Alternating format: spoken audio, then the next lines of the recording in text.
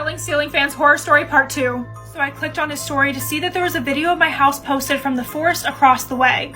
And it was posted 2 hours ago. And then the next story played, which was from 5 minutes ago, and it was directly across the street from my house, even closer. He zoomed right into my bedroom window, the only room where the light was on. And then another video was taken right outside my porch window.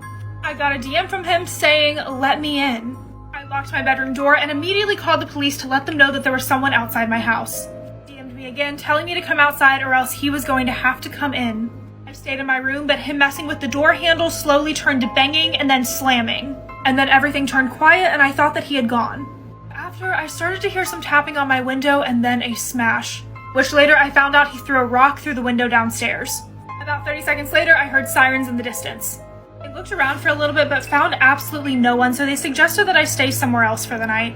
So I called my parents, they picked me up, and I explained to them everything that had happened. And on the way home, I checked my phone one last time, and it said, "Pleasure doing business with you." I tried to get some sleep that night, but I had too many questions. Who was he? What was he planning? How did he get my address? And that's when I realized that the business cards that I was giving out at the networking event not only had my company's address on it, but mine too. And there was no way that this happening the night after was a coincidence. I'm convinced that the creep was one of the men that I met that day. He must have found my account online and then decided to pay me a visit after. I let the authorities know and gave them all the business cards that I had received. But nothing came of it, and there was no way to track him since the Instagram account was a throwaway. And I realized that he was asking those questions at the beginning to see if I was living alone and if I had a guard dog.